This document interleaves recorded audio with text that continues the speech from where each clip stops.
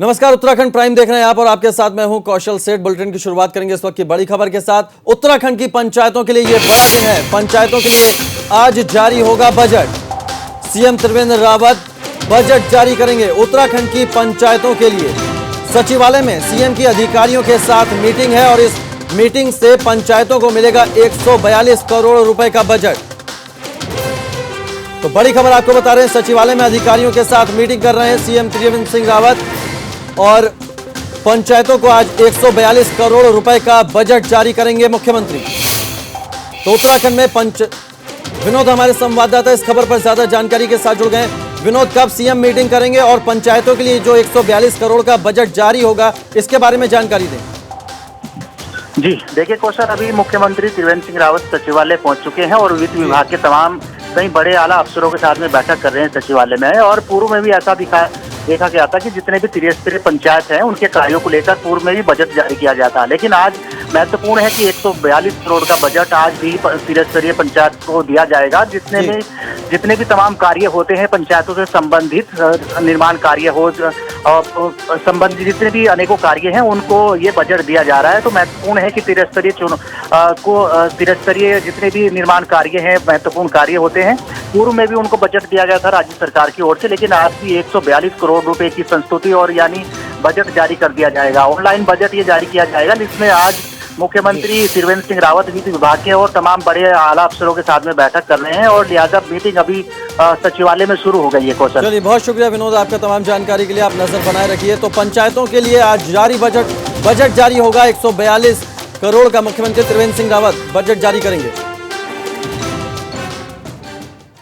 एक और बड़ी खबर का रुख करते हैं। पिथौरागढ़ से यह बड़ी खबर आ रही है जहां एसएसबी के 7 जवानों को कोरोना हुआ है।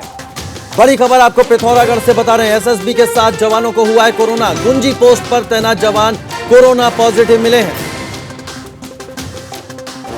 और इलाज के लिए इन सभी जवानों को धारचूला ले जाया गया है। योगेश हमारे संवाददाता इस खबर पर ज्यादा जानकारी के साथ जुड़ गए। योगेश, परेशान करने वाली खबर है, एसएसबी के 7 जवान कोरोना पॉजिटिव पाए गए हैं, क्या जानकारी मिल पा रही है इनके बारे में?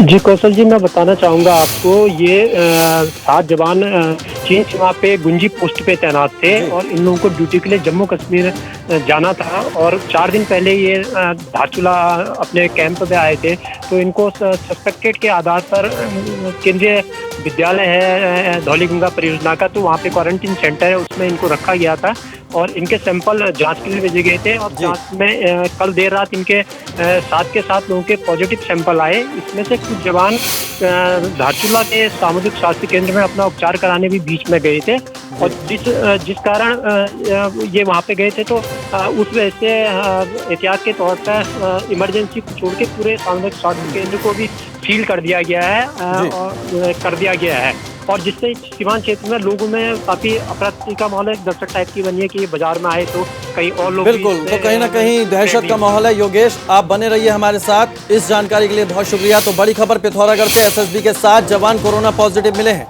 और अब इन जवानों के संपर्क में जो लोग आए हैं उनकी भी जांच की जाएगी। आगे बढ़ते हैं, पिथौरागढ़ से ही अगली बड़ी खबर है जहां टांगा गांव में अभी भी 2 लोग लापता हैं। बड़ी खबर आपको पिथौरागढ़ से बता रहे हैं जहां के टांगा गांव में अभी भी 2 लोग लापता हैं। टांगा गांव से अब तक 9 लोगों के शव बरामद हो चुके हैं। सांसद प्रदीप टमटा और मंत्री अरविंद पांडे ने भी टांगा गांव का दौरा किया था। ज्यादा जानकारी के साथ संवाददाता योगेश हमारे साथ जुड़े हुए हैं। योगेश, अभी भी 2 लोग लापता हैं, उनके बारे में क्या जानकारी मिल पा रही है? जी मैं बताऊं, लगातार 2 लोगों को खोजने के लिए रेस्क्यू ऑपरेशन वहाँ पे जारी है और मैं पहले भी बता चुका हूँ कि मलवा इस कदर गाँव में आ चुका है कि जो तलाश जारी है तो उसमें काफी मशक्कत रेस्क्यू पे लगे जवानों को करनी पड़ रही है। देर सवेर तो ये तय है कि वो 2 लोगों को भी खोज निकाल लिया जाएगा, समय लगने की वजह से बिल्कुल और रुक के बारिश होने की वजह से थोड़ा सा रेस्क्यू में भी दिक्कतें आ रही है। योगेश, आपसे ये जानना चाहेंगे, जो तस्वीरें आपने भेजी हैं ये कहाँ की हैं, कहाँ ये इस तरह से पानी बह रहा है और लोगों को परेशानियां हो रही हैं, इस तस्वीरों को भी थोड़ा सा साफ कीजिए। ये मैं आपको बताना चाहूँगा, एक हरकोट गांव में मुंचारी तहसील का, यहाँ पे लगभग 15 दिनों से सड़क मार्ग पूरी तरह से भूस्खलन के तहत बंद हो गया। एक सेविला कैटी गांव है, यहाँ पे भूस्खलन होने से एक मकान क्षतिग्रस्त हो गया और ये परिवार गांव में एक अन्य मकान पे शरण लिए हुए है और सूचना स्थानीय प्रशासन को सूचना देने के बाद अभी तक कोई अधिकारी भी इन लोगों की सुध लेने के लिए वहां पे नहीं पहुंचा है। इसी तरीके से आपका सिरा सुरईधार एक गांव है, यहाँ पे भी पहाड़ी से दरार आने से कुछ मकानों में के घरों के अंदर तक दरारें आ गई हैं और ये इस तरीके के कई गांव हैं जो यहाँ पे मुंशारी में इस बीच में भारी बारिश और भूस्खलन के चलते प्रभावित हुए हैं और तमाम लोगों में दहशत है। योगेश, मुंशियारी के कई गांव हैं जहां से भयानक तस्वीरें सामने आ रही हैं लगातार, लेकिन शासन प्रशासन के दावों की पोल क्यों खोल रही है जबकि दावे किए जा रहे हैं कि व्यवस्था दुरुस्त है? ऐसे में इन लोगों को कब तक राहत मिल पाएगी? देखिए कौशल जी, मैं बताना चाहूंगा, बार बार मैं इस बात को कहता रहा हूँ, ये सीमांत क्षेत्र है मुंशारी धारचूला तो जोन 5 में आने के साथ ही अति संवेदनशील क्षेत्र है और यहाँ पर आपदा और मानसून काल से पहले तमाम अधिकारियों की बड़े बड़ी धनराशि खर्च करके उनको प्रशिक्षण दिया जाता है बकायदा कि आपदा के दौरान जो घटनाएं उनको क्योंकि रोका तो नहीं जा सकता परंतु कम किया जा सकता है, नुकसान को कम किया जा सकता है, परंतु ये घटनाएं इस तरीके की जगह पे होती है ना जहाँ पे संचार सुविधा होती है ना जाने तक के लिए पहुंच मार्ग होते थे, उस वजह से काफी दिक्कतों का सामना उन गाँव के लोगों को करना पड़ता है। और हम बार बार कह रहे हैं 2008 से सीमांत किसी अधिकारी से आपने बात की, उनका क्या कहना है? ऐसे लोगों को विस्थापन को लेकर क्या व्यवस्था की गई है? देखिए कल मंत्री जी ने टांगा गांव का दौरा कराया, प्रभारी मंत्री हैं शिक्षा विद्यालय अरविंद पांडे जी, उनने हालांकि आश्वस्त तो कराया कि जल्दी हम 2 महीने के अंदर इनके विस्थापन की नीति बना के इनको विस्थापन करेंगे। हालांकि जो हमारे पास पहले के उदाहरण है 2008 से लेके अभी तक की कई जगह मंत्री जी ने दौरा किया और 2 महीने का वक्त दिया कि 2 महीने में विस्थापन करेंगे, लेकिन तस्वीरें आज जो आ रही हैं वो काफी डराने वाली हैं, लोग परेशान हैं। बहुत शुक्रिया योगेश आपका तमाम जानकारी के लिए।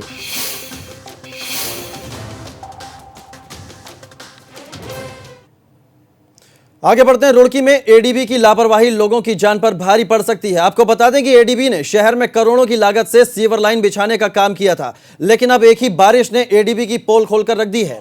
गणेशपुर में एडीबी की तरफ से बिछाई गई सीवरेज लाइन के लीकेज से सड़क का हिस्सा धंस गया है, जिससे सड़क पर एक बड़ा गड्ढा बन गया है, जिससे आसपास के लोगों में दहशत का माहौल है। लोगों का कहना है कि इस बारे में कई बार एडीबी और नगर निगम को कहा गया, लेकिन किसी ने ध्यान नहीं दिया और सड़क पर ये इतना बड़ा गड्ढा किसी भी मुसीबत को दावत दे रहा है। रुड़की की ये तस्वीरें हैं जहां सीवर लाइन धंसने से सड़क टूट गई है और ये इतना बड़ा गड्ढा है कि अगर कोई खुदा ना खास्ता कोई शख्स यहां से गुजरे तो उसको अच्छी खासी चोट लग सकती है। एक्सक्लूसिव तस्वीरें एबीपी गंगा पर हम आपको दिखा रहे हैं किस तरह से लापरवाही बरती जा रही है। गणेशपुर का ये इलाका है जहां एडीबी की लापरवाही सामने आई है।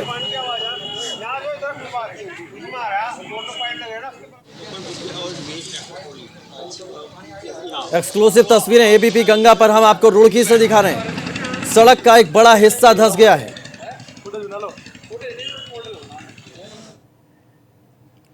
बागेश्वर में नेपाल का रहने वाला एक मजदूर सरयू नदी में जा गिरा। कई घंटे तक गोताखोर मजदूर की तलाश करते रहे, लेकिन उसका अता पता नहीं है। एसडीआरएफ, जल पुलिस के जवान और आपदा टीम सरयू नदी में रेस्क्यू ऑपरेशन चला रही है, लेकिन अभी तक कोई कामयाबी नहीं मिल पाई है।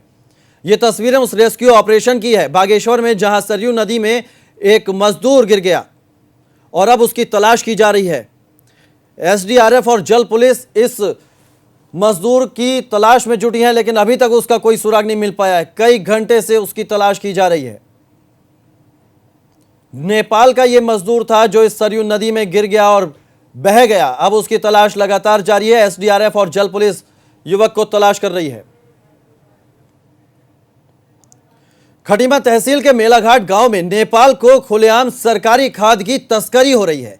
जहां इन दिनों नेपाल और भारत बॉर्डर सील है, वहीं सुरक्षा एजेंसियों को चकमा देकर कुछ लोग नेपाल में खाद भेज रहे हैं। ये तस्वीरें देखिए, साइकिल से ये शख्स कैसे नेपाल इस सरकारी खाद को लेकर जा रहा है। बॉर्डर पर चोरी चुपके इस सरकारी खाद की तस्करी हो रही है, जबकि भारत और नेपाल सीमा के बीच में जो विवाद चल रहा है उसको लेकर जो बॉर्डर सील है, ऐसे में खाद की ये तस्करी कैसे हो रही है, ये बड़ा सवाल खड़ा हो रहा है।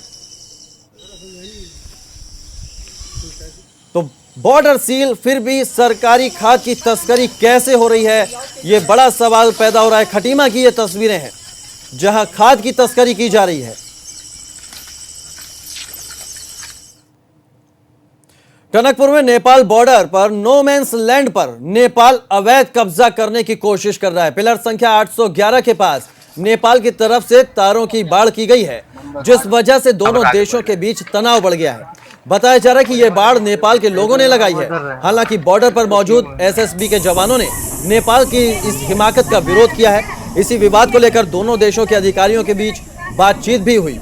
स्थानीय प्रशासन की तरफ से नेपाल से कहा गया है कि नोमैंस लैंड पर नेपाल अवैध कब्जे को हटाए। नेपाल प्रशासन की तरफ से अवैध कब्जे को 3 दिन के भीतर हटाने का भरोसा दिलाया गया है। 2 तस्वीरें हम आपको दिखा रहे हैं। पहली तस्वीर में हम आपको दिखा रहे हैं किस तरह से टनकपुर में जो नो मैंस लैंड पर बाढ़ लगा दी गई है, और दूसरी तस्वीर जहां तस्करी की जा रही है खाद की, सरकारी खाद को नेपाल पहुंचाया जा रहा है। तो ये बड़ी, जिस तरह से कहा जाए कि कहीं ना कहीं बड़ी लापरवाही है कि जो सरकारी खाद है वो नेपाल पहुंचाई जा रही है। तो दूसरी ओर नेपाल की तरफ से हिमाकत की गई है।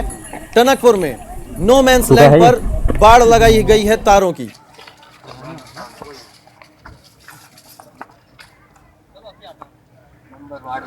आगे बढ़ रहा है, बड़े वाले को वो डर रहे हैं। आगे बढ़ते हैं। कोरोना की चेन तोड़ने के लिए हरिद्वार जिले में शनिवार और रविवार 2 दिन के लिए पूर्ण लॉकडाउन रखा गया है, जबकि साप्ताहिक बाजार बंदी का आदेश कैंसिल कर दिया गया है। सरकार की गाइडलाइन के मुताबिक जरूरी सामान की दुकानें ही खुलेंगी। तो 2 दिन का लॉकडाउन रखा गया है। सिर्फ जरूरी चीजों को ही परमिशन मिलेगी, जरूरी सेवाओं को ही परमिशन दी गई है। जरूरी दुकानें खुलेंगी जरूरी सेवाओं से जुड़ी हुई, क्योंकि कोरोना की कड़ी को तोड़ना है।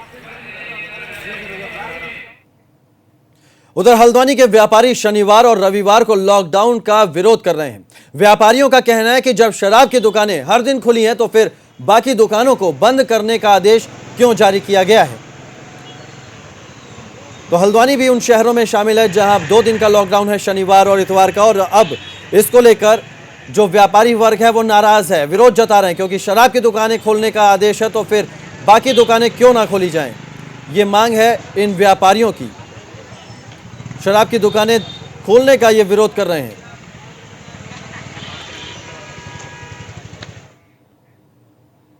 उत्तराखंड में कोरोना के मामले एक बार फिर से तेजी से बढ़ रहे हैं। राज्य में कोरोना मरीजों की संख्या 5000 के पार पहुंच गई है। मुख्य सचिव का कहना है कि राज्य में कोरोना की रिकवरी रेट घटकर 65% हो गया है। हालांकि मुख्य सचिव ने यह भी साफ कर दिया है कि कोरोना को लेकर बनाई गई गाइडलाइंस को कड़ाई से पालन करना जरूरी है।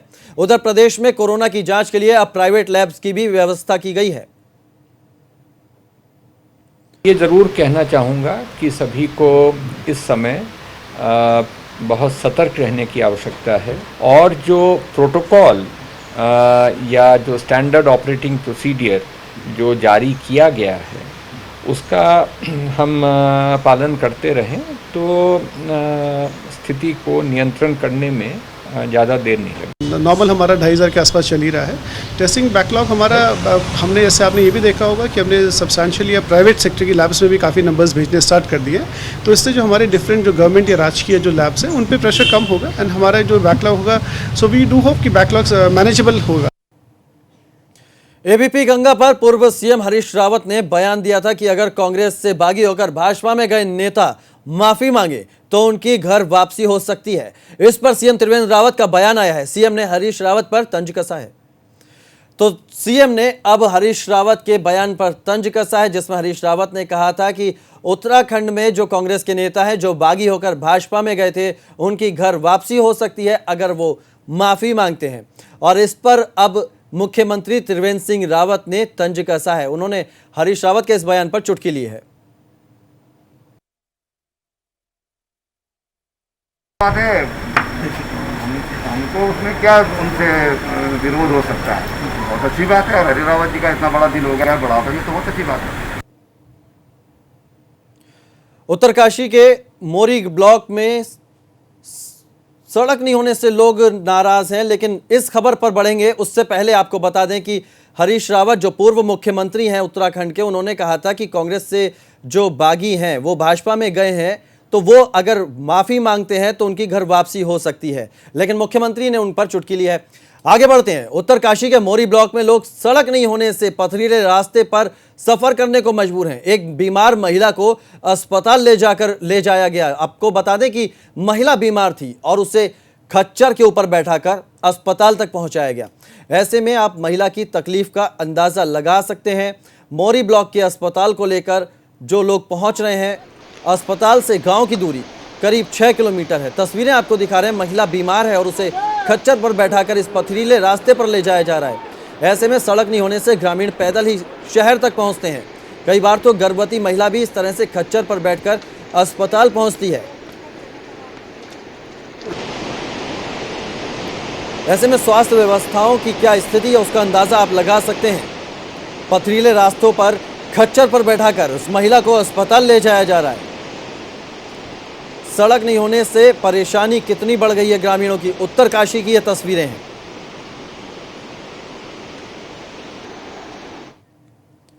चमोली में पुल नहीं होने से ग्रामीणों के सामने आवाजाही में दिक्कत है। पुल क्षतिग्रस्त हो जाने से लोग नदियों के ऊपर बने वैकल्पिक रास्तों से गुजरने को मजबूर हैं। बताया जा रहा है कि गौड़ा गांव के पास बना पुल पहाड़ी से मलबा आने के कारण क्षतिग्रस्त हो गया था, जिसके बाद से ये पुल अब तक नहीं बन पाया है। इस वजह से यहाँ लोग जान हथेली पर रखकर उफनती नदी को पार कर रहे हैं। तस्वीरें आपको चमोली की दिखा रहे हैं, जहां पुल नहीं होने से लोगों की जान खतरे में है। इस उफनती नदी को लोग इस तरह से पार कर रहे हैं। मलबा गिरने से यह पुल क्षतिग्रस्त हो गया था और ऐसे में जान जोखिम में डालकर लोग सफर करने को मजबूर हैं। एक छोटे से ब्रेक के लिए रुक रहे हैं, फौरन वापस लौटते हैं।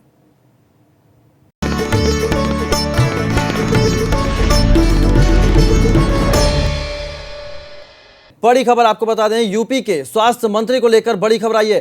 कोरोना पॉजिटिव निकले हैं यूपी के स्वास्थ्य मंत्री।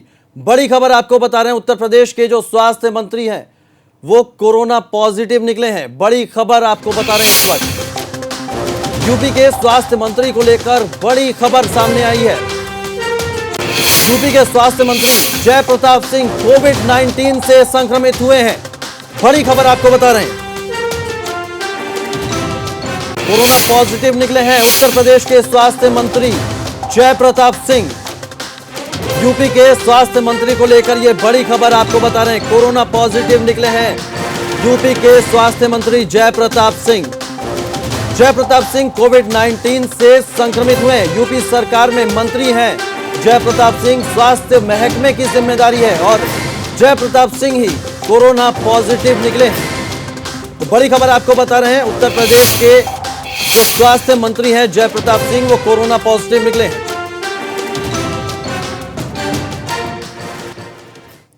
आगे बढ़ते हैं। उत्तराखंड के संवेदनशील इलाकों में 108 एम्बुलेंस का योगदान रहा है। किसी भी तरह की घटना पर, खास तौर पर पहाड़ों में समय से 108 एम्बुलेंस सेवा अगर पहुंच जाती है तो जिंदगियों को बचाया जा सकता है। मॉनसून सीजन को देखते हुए 108 एम्बुलेंस सेवा के अधिकारी अपनी तैयारी पूरी बता रहे हैं। तो मॉनसून सीजन की तैयारी पूरी बता रहे हैं 108 एम्बुलेंस के जो कर्मचारी हैं। काफी अहम रोल होता है 108 एम्बुलेंस का पहाड़ में। मरीजों तक पहुंचना वक्त पर, ये 108 एम्बुलेंस की जिम्मेदारी है और उन्हें अस्पताल तक पहुंचाना। ऐसे में अब मॉनसून सीजन है तो बीमारियां भी कहीं ना कहीं बढ़ती हैं। तो अब 108 एम्बुलेंस का जो दावा है कि तैयारियां पुख्ता हैं। और इस वक्त हरिद्वार से एक बड़ी खबर आ रही है, जहां सिपाही को कोरोना हुआ है। बड़ी खबर आपको हरिद्वार से बता रहे हैं, एक सिपाही को कोरोना हुआ है। ज्वालापुर कोतवाली में यह सिपाही तैनात है जिसको कोरोना हुआ है। कोतवाली के बाकी पुलिस कर्मियों की भी अब जांच की जाएगी। तो बड़ी खबर हरिद्वार से बता रहे हैं आपको, ज्वालापुर कोतवाली में तैनात सिपाही कोरोना पॉजिटिव मिला है। आगे बढ़ते हैं। देहरादून सिटी बस संचालकों ने आरटीओ ऑफिस पर प्रदर्शन किया। सिटी बस संचालकों का आरोप है कि शहर में नियमों के खिलाफ ऑटो चल रहे हैं। आरोप है कि यह सब अधिकारियों की मिली भगत से हो रहा है। इसी से गुस्साए सिटी बस संचालकों ने बसों को सरेंडर करने की चेतावनी दी है।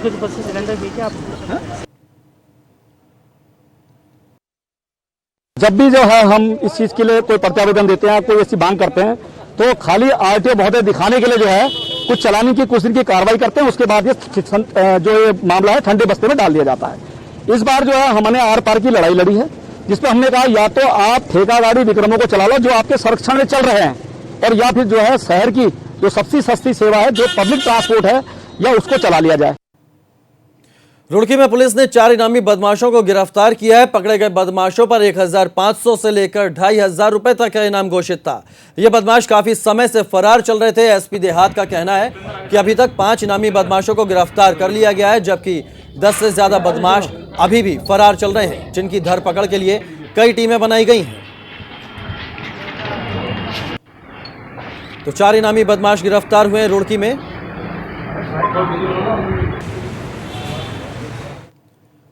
पिथौरागढ़ के बेरीनाग में पुलिस ने चेकिंग के दौरान 238 पेटी अवैध शराब बरामद की है। साथ ही शराब की तस्करी के आरोप में 4 लोगों को गिरफ्तार किया है। बताया जा रहा है कि पुलिस चौकोडी बैरियर पर चेकिंग कर रही थी। इसी दौरान 2 पिकअप वाहन को रोककर चेकिंग की गई तो अवैध शराब बरामद हुई। पुलिस ने चारों आरोपियों के खिलाफ मामला दर्ज कर लिया है। तो 238 पेटी अवैध शराब बरामद हुई है। पिथौरागढ़ में पुलिस ने 4 तस्करों को गिरफ्तार किया है। चेकिंग के दौरान 2 पिकअप वाहनों में यह शराब बरामद हुई है।